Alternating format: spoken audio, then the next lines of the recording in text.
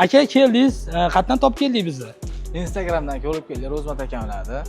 Mashinaga propeller o'rnadi, hozir men minib ko'rdik. Kech kirganda ustanobkalar tugatdik. Mana Cherry mashinamiz 8 Pro suv degani eng fulli keldi. Propan ustanobka qilib berdik. Xudo xolasa yurishlari a'lo darajada bo'ldi.